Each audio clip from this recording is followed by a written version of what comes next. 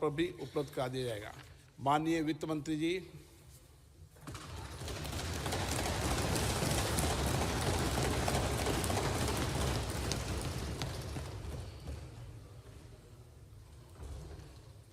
Honorable Speaker, I present the interim budget for 24-25.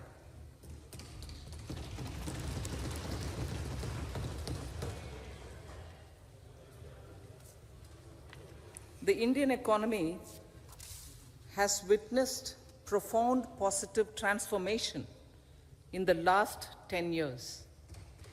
The people of India are looking ahead to the future with hope and optimism.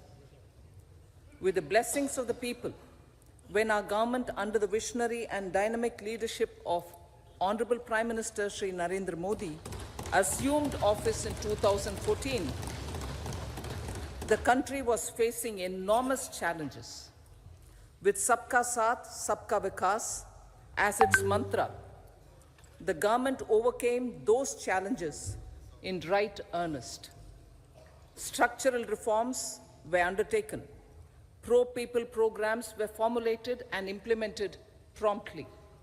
Conditions were created for more opportunities for employment and entrepreneurship. The economy got a new vigor. The fruits of development started reaching the people at scale. The country got a new sense of purpose and hope. Naturally, the people blessed the government with a big. In the second term, our government, under the leadership of Honorable Prime Minister, doubled down on its responsibilities to build a prosperous country with comprehensive development of all people and all regions. Our government strengthened its mantra to Sabka Saath, Sabka Vikas, and Sabka Vishwas. Our development philosophy covered all elements of inclusivity, namely social inclusivity through coverage of all strata of the society, and geographical inclusivity through development of all regions of the country. With the whole of nation approach of Sabka Prayas, the country overcame the challenges of once in a century pandemic, took long strides towards Atmanirbhar Bharat, committed to Panch Pran, and laid solid foundations for the Amrit Kal. As a result, our young country has high aspirations, pride in its present, and hope and confidence for a bright future. We expect that our government, based on its stupendous work, will be blessed again by the people with a resounding mandate. Inclusive development and growth. Our humane and inclusive approach to development is a marked and deliberate departure from the earlier approach of provisioning up to village level. Development programs were thus provisioned. In the last 10 years, however, have targeted each and every household and individual through housing for all, Har Ghar Jal, electricity for all, cooking gas for all, bank accounts and financial services for all in record time. The worries about food have been eliminated through free ration for 80 crore people. Minimum support prices for the produce of Annadata are periodically increased appropriately. These and the provision of basic necessities have enhanced real income in the rural areas. Their economic needs could be addressed, thus spurring growth and generating jobs.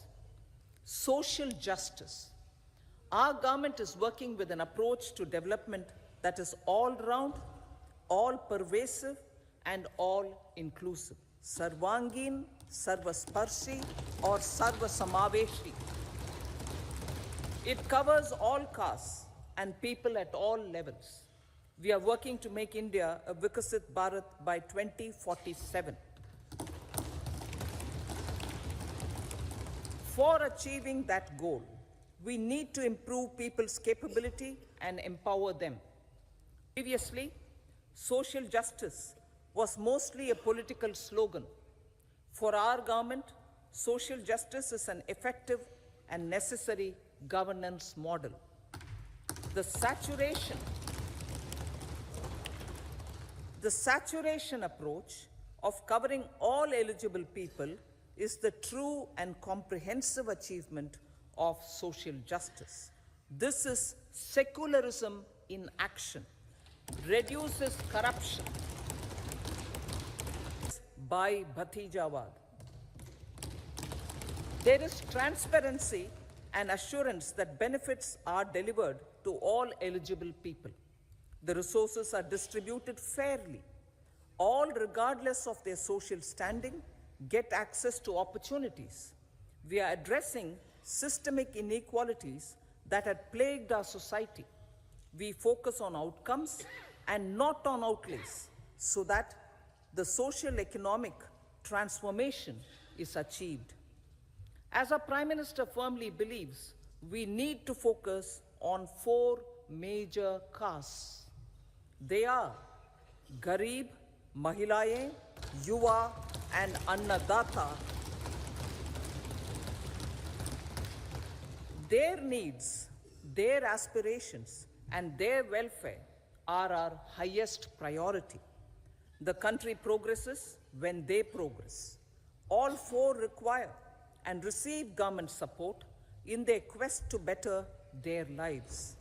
Their empowerment and well-being will drive the country forward. Garib Kalyan, Desh Ka Kalyan. We believe in empowering the poor. The earlier approach of tackling poverty through entitlements had resulted in very modest outcomes. When the poor became empowered partners in the development process, government's power to assist them also increases manifold.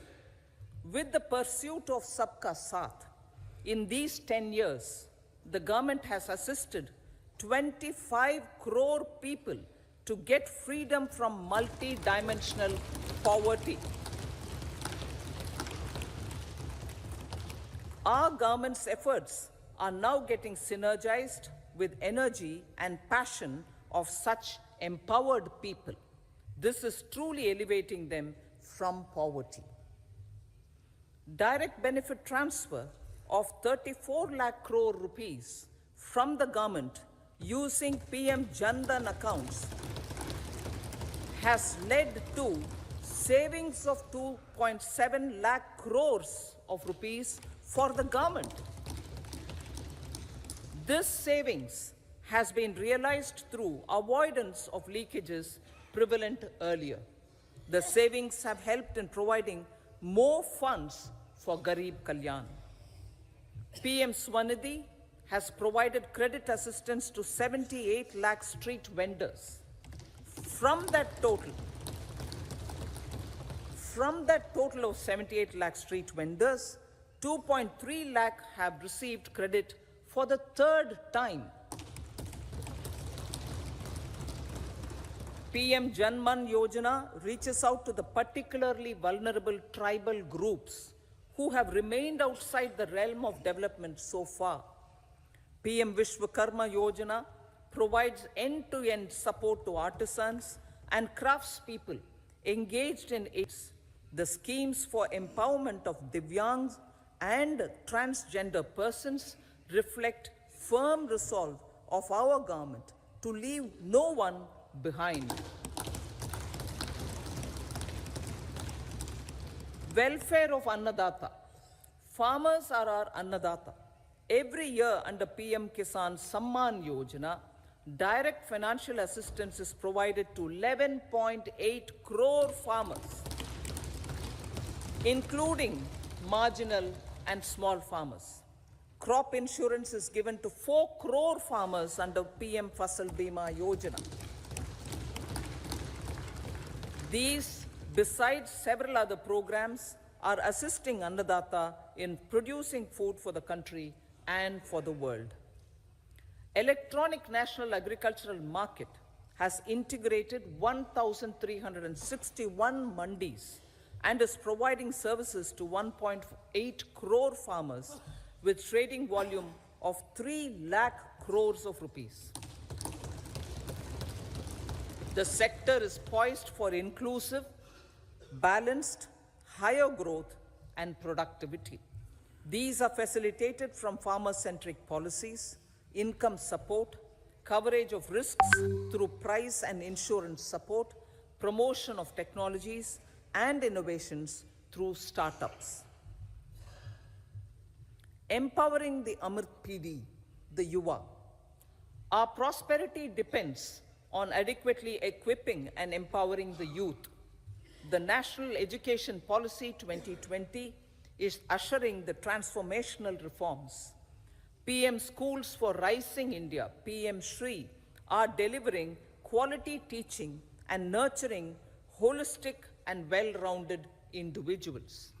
The Skill India mission has trained 1.4 crore youth, upskilled and reskilled 54 lakh youth, and established 3,000 new ITIs. A large number of institutions of higher learning, namely 7 IITs, 16 triple ITs, 7 IIMs, 15 AIMS, and 390 universities have been set up. PM Mudra Yojana has sanctioned 43 crore loans aggregating to 22.5 lakh crores of rupees for entrepreneurial aspirations of our youth. Besides that, Fund of Funds, Startup India, and Startup Credit Guarantee schemes are assisting our youth. They are also becoming Rozgar Data. The country is proud of our youth scaling new heights in sports. The highest ever medal tally in Asian Games and Asian Para Games in 2023 reflects a high confidence level.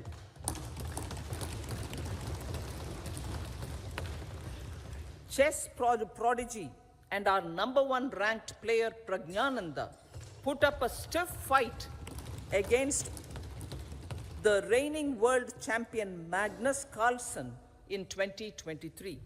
Today, India has over 80 chess grandmasters compared to little over 20 in 2010. Momentum for Nari Shakti.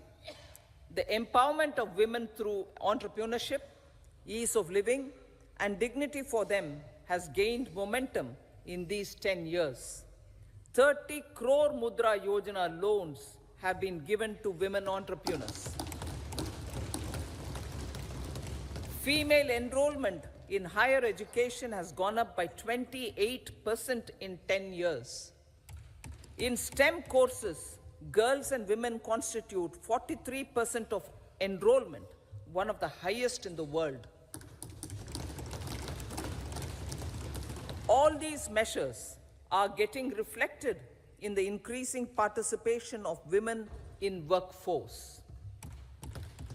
Making triple talaq illegal, reservation of 1/3 seats for women in the Lok Sabha and state assemblies, and giving over 70% houses under PM Awas Yojana in rural areas to women, and giving over 70% houses under PM Awas Yojana in rural areas to women as sole or joint owners have enhanced their dignity. Exemplary track record of governance, development, and performance. Besides delivering on high growth in terms of gross domestic product, the government is equally focused on a more comprehensive GDP, that is, governance, development, and performance. Has provided transparent, accountable, people-centric, and prompt, trust-based administration with citizen first and minimum government maximum governance approach. The impact of all-round development is discernible in all sectors. There is macroeconomic stability, including in the external sector. Investments are robust. The economy is doing well. People are living better and earning better, with even greater aspirations for future. Average real income of the people has increased by 50%. Inflation is moderate. People are getting empowered, equipped, and enabled to pursue their aspirations. There is effective and timely delivery of programs and of large projects. Economic management. The multi-pronged economic management over the past 10 years has complemented people-centric, inclusive development. Following are some of the major elements. 1. All forms of infrastructure, physical, digital, or social, are being built in record time.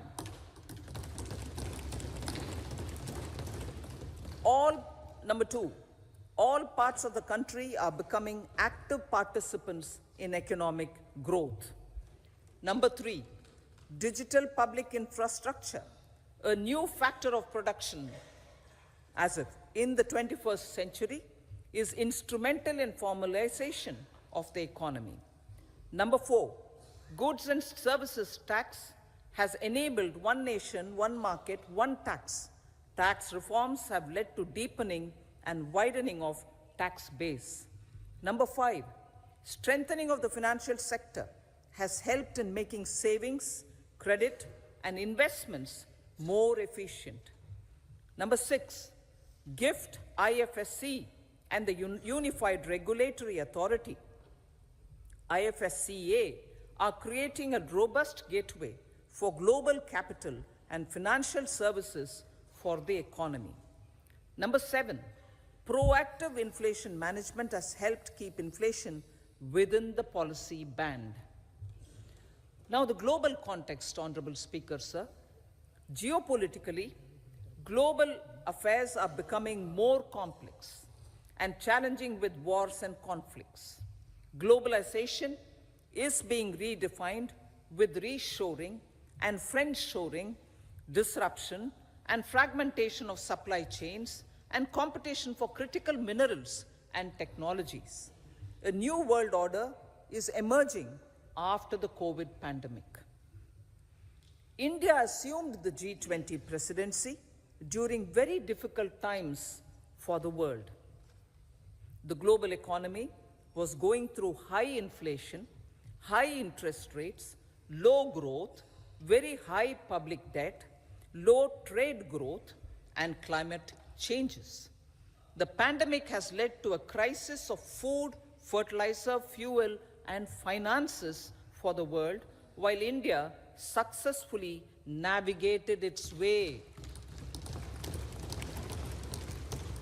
The country showed the way forward and built consensus on solutions for those global problems. The recently announced India-Middle East-Europe economic corridor is a strategic and economic game changer for India and others. In the words of Honorable Prime Minister, the corridor, and I quote, will become the basis of world trade for hundreds of years to come, and history will remember that this corridor was initiated on Indian soil, unquote. Vision for Vikasit Bharat. Our vision for Vikasit Bharat is that of prosperous Bharat in harmony with nature, with modern infrastructure, and providing opportunities for all citizens and all regions to reach their potential. With confidence arising from strong and exemplary track record of performance and progress, earning Sabka Vishwas, the next 5 years will be years of unprecedented development and golden moments to realize the dream of developed India by 2047. The trinity of demography, democracy, and diversity, backed by Sabka Prayas, has the potential to fulfill aspirations of every Indian. As Honorable Prime Minister in his Independence Day address to the nation mentioned, I quote, "There is no dearth of opportunities, as many opportunities as we want. The country is capable of creating more opportunities. Sky is the limit," unquote. Strategy for Amrit Kal. Our government will adopt economic policies that foster and sustain growth, facilitate inclusive and sustainable development, improve productivity, create opportunities for all, help them enhance their capabilities, and contribute to generation of resources to power investments and fulfill aspirations. Guided by the principle, reform, perform, and transform, the government will take up next generation reforms and build consensus with the states and stakeholders for effective implementation. It is an important policy priority for our government to ensure timely and adequate finances, relevant technologies, and appropriate training for the micro, small, and medium enterprises, MSMEs, to grow and also compete globally. Orienting the regulatory environment to facilitate their growth will be an important element of this policy mix.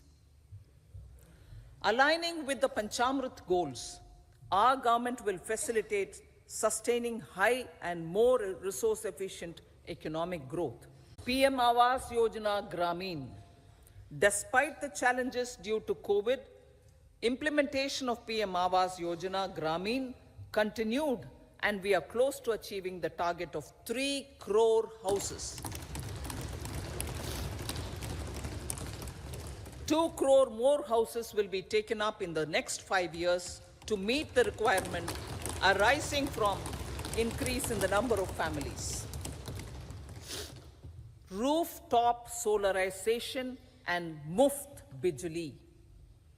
Through rooftop solarization, 1 crore households will be enabled to obtain up to 300 units free electricity every month. This scheme follows the resolve of Honorable Prime Minister on the historic day of consecration of Sri Ram Mandir in Ayodhya. Following benefits are expected: savings up to 15 to 18,000 rupees annually for households from free solar electricity and selling the surplus to the distribution companies. Charging of electric vehicles. Entrepreneurship opportunities for a large number of vendors for supply and installation. Employment opportunities for the youth with technical skills in manufacturing, installation, and maintenance. Housing for middle class. Our government will launch a scheme to help deserving sections of the middle class, and I quote from Honorable Prime Minister's words, living in rented houses or slums or chawls and are not buy and build to buy houses.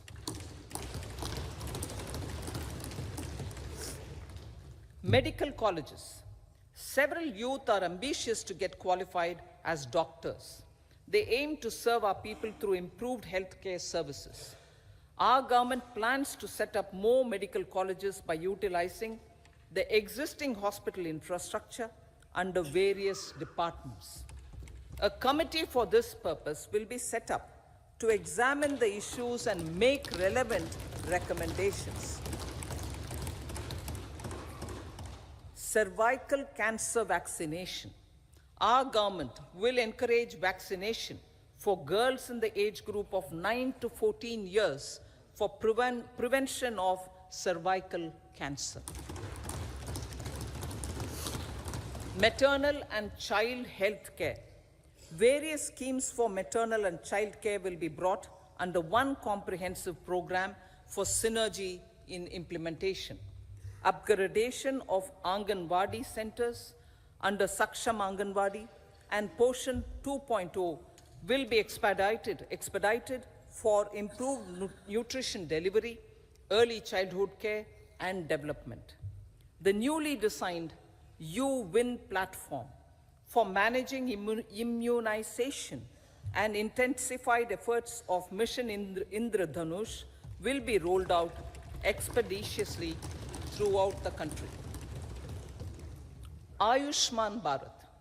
Healthcare cover under Ayushman Bharat scheme will be extended to all Anganwadi workers and helpers. Agriculture and food processing. The efforts of value addition in agriculture sector and boosting farmers' incomes will be stepped up. Pradhan Mantri Kisan Sampada Yojana has benefited 38 lakh farmers and generated 10 lakh employment. Pradhan Mantri Formalization of Micro Food Processing Enterprises Yojana has assisted 2.4 lakh SHGs and 60,000 individuals with credit linkages. Other schemes are complementing the efforts for reducing post-harvest losses and improving productivity and incomes. For ensuring faster growth of the sector, our government will further promote private and public investment in post-harvest activities, including aggregation, modern storage, efficient supply chains, primary and secondary processing and marketing and branding. Nano DAP. After the successful application of Nano DAP on various crops will be expanded in all agroclimatic zones. Atmanirbhar Oil Seeds Abhiyan. Building on the initiative announced in 2022, a strategy will be formulated to achieve Atmanirbharta for oil seeds such as mustard, groundnut, sesame, soya bean, and sunflower. This will cover research for high-yielding varieties, widespread adoption of modern farming techniques, market linkages, procurement, value addition, and crop insurance. Dairy development. A comprehensive program for supporting dairy farmers will be formulated. Efforts are already on to control foot and mouth disease. India is the world's largest milk producer with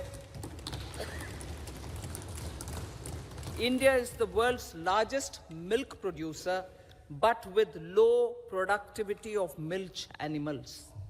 The program will be built on the success of existing schemes such as Rashtriya Gokul Mission, National Livestock Mission, and infrastructure development funds for dairy processing and animal husbandry. Matsya Sampada. It was our government which set up a separate department for fisheries, realizing this will help in generating employment also. Promoting investments. The FDI inflow during 2014 to 23 was $596 billion, marking a golden era.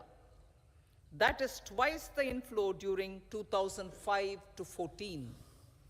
For encouraging sustained foreign investment, we are negotiating bilateral investment treaties with our foreign partners in the spirit of First Develop India. FDI is First Develop India. Reforms in the states for Vikasit Bharat. Many growth and development enabling reforms are needed in the states for realizing the vision of Vikasit Bharat. A provision of 75,000 crore rupees as 50-year interest-free loan is proposed this year to support those milestone-linked reforms by the state governments. Societal changes. The government will form a high-powered committee for an extensive consideration of the challenges arising from fast population growth and demographic changes.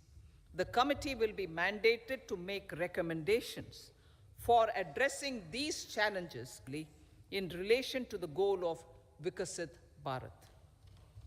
Amrit Kal as Kartavya Kal. Our government stands committed to strengthening and expanding the economy with high growth and to create conditions for people to realize their aspirations.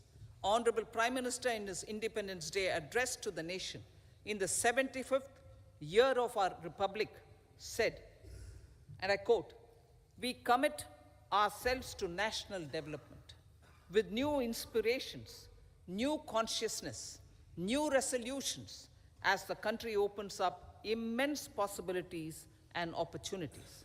It is our Kartavya Kal." Unquote. Every challenge of the pre-2014 era was overcome through our economic management and our governance. These have placed the country on a resolute path of sustained high growth. This has been possible through right policies, true intentions, and appropriate decisions. In the full budget in July, Honorable Speaker, our government will present a detailed roadmap for our pursuit of Vikasit Bharat.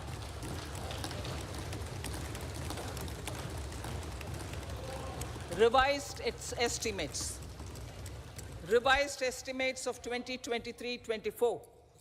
The revised estimate of the total receipts other than borrowings is 27.56 lakh crores of rupees, of which the tax receipts are 23.24 lakh crore rupees. The revised estimate of total expenditure is 44.90 lakh crore rupees. The revenue receipts at 30.3 lakh crore rupees are expected to be higher than the budget estimate, reflecting strong growth momentum and formalization in the economy. The revised estimate of the fiscal deficit is 5.8% of GDP, improving on the budget estimate, notwithstanding moderation in the nominal growth estimates. Budget estimates for 2024-25. Coming to the year 2024-25, the total receipts other than borrowings and total expenditure are estimated at 30.80 and 47.66 lakh crore rupees respectively. The tax receipts are estimated at 26.02 lakh crore rupees. The scheme of 50-year interest-free loan for capital expenditure to states will be continued this year with an outlay of 1.3 lakh crore rupees. We continue on the path of fiscal consolidation, as announced in my budget speech of 2021-22, to reduce fiscal deficit below 4.5% by 25-26. The fiscal deficit in 2024-25 is estimated to be 5.1% of GDP, adhering to that path. So the gross and net market borrowings through dated securities during 24-25 are estimated at 14.13 lakh crore rupees and 11.75 lakh crore respectively. Both will be less than that in 23-24. Now that the private investments are happening at scale, the lower borrowings by the central government will facilitate larger availability of credit for the private sector. Vote on account. I'll be seeking vote on account approval of the Parliament through the appropriation bill for a part of the financial year 2024-25. I will now move to Part B. Honorable Speaker, sir, over the last 10 years, the direct tax collections have more than trebled and the return filers swelled 2.4 times. I would like to assure the taxpayers that their contributions have been used wisely for the development of the country and welfare of its people. I appreciate the taxpayers for their continued support. The government has reduced and rationalized tax rates. Under the new tax scheme, there is now no tax liability for taxpayers with income up to 7 lakh rupees, up from 2.2 lakh rupees in the financial year 2013-14. The threshold for presumptive taxation for retail businesses was increased from 2 crores to 3 crores. Similarly, the threshold for professionals eligible for presumptive taxation was increased from 50 lakh rupees to 75 lakh rupees. Also, corporate tax rate was decreased from 30% to 22% for existing domestic companies and to 15% for certain new manufacturing companies. Honorable Speaker, sir, in the last 5 years, our focus has been to improve taxpayer services. The age-old jurisdiction-based assessment system was transformed with the introduction of faceless assessment and appeal, thereby imparting greater efficiency, transparency, and accountability. Introduction of updated income tax returns, a new Form 26AS, and pre-filling of tax returns have made filing of tax returns simpler and easier. Average processing time of returns has been reduced from 93 days in the year 2013-14 to a mere 10 days this year, thereby making refunds faster. Indirect taxation. By unifying the highly fragmented indirect tax regime in India, the GST has reduced the compliance burden on trade and industry. The industry has acknowledged the benefits of GST. According to a recent survey conducted by a leading consulting firm, 94% of industry leaders view the transition to GST as largely positive. According to 80% of the respondents, it has led to supply chain optimization, as elimination of tax arbitrage and octroi has resulted in disbanding of checkposts at the state and city boundaries. At the same time, tax base of GST more than doubled, and the average monthly gross GST collection has almost doubled to 1.66 lakh crores this year. States too have benefited. States' SGST revenue, including compensation released to states in the post-GST period of 2017-18 to 2022-23, has achieved a buoyancy of 1.22.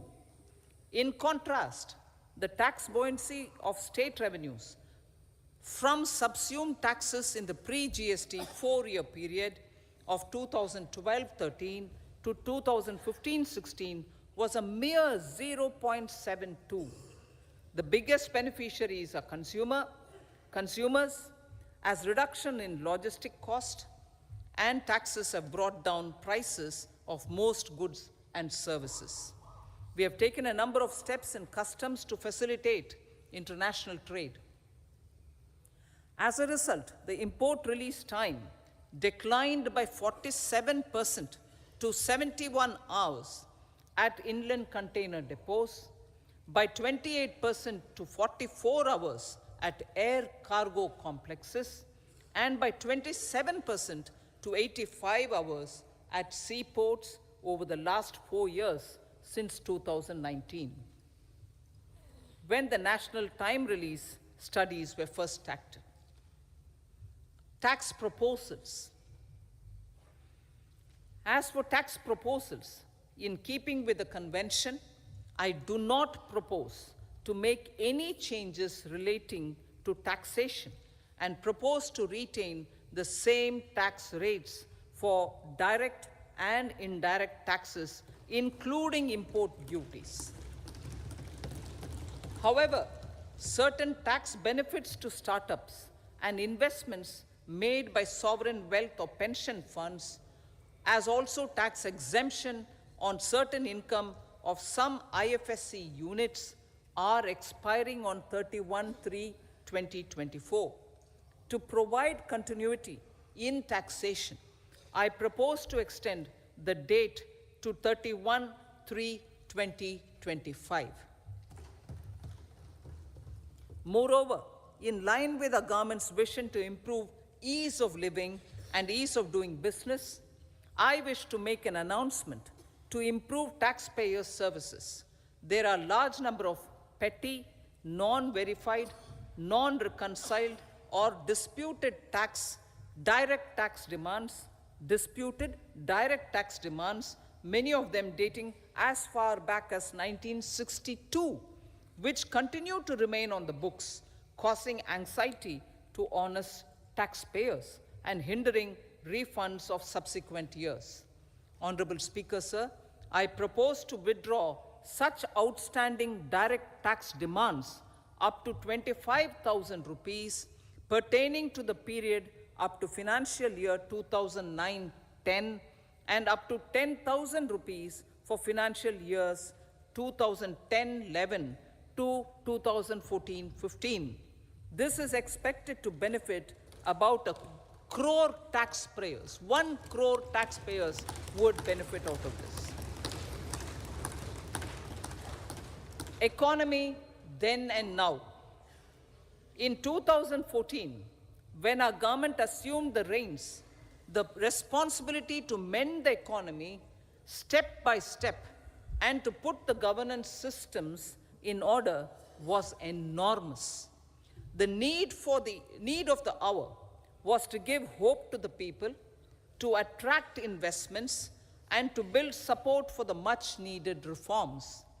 The government did that successfully, following a strong belief of nation first. The crisis of those years has been overcome, and the economy has been put firmly on a high, sustainable growth path with all-round development.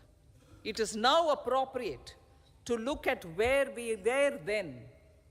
I repeat, it is now appropriate to look at where we were then till 2014 and where we are now, only for the purpose of drawing lessons from the mismanagement of those years. The government will lay a white paper on table of the House.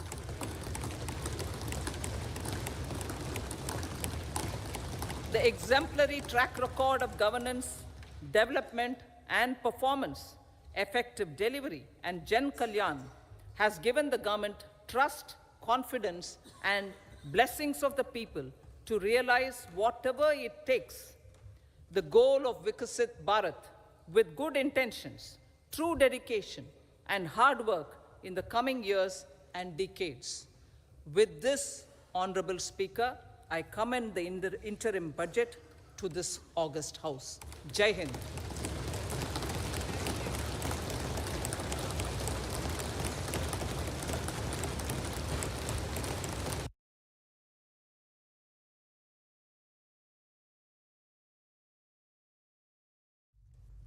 Now, let me state the obvious.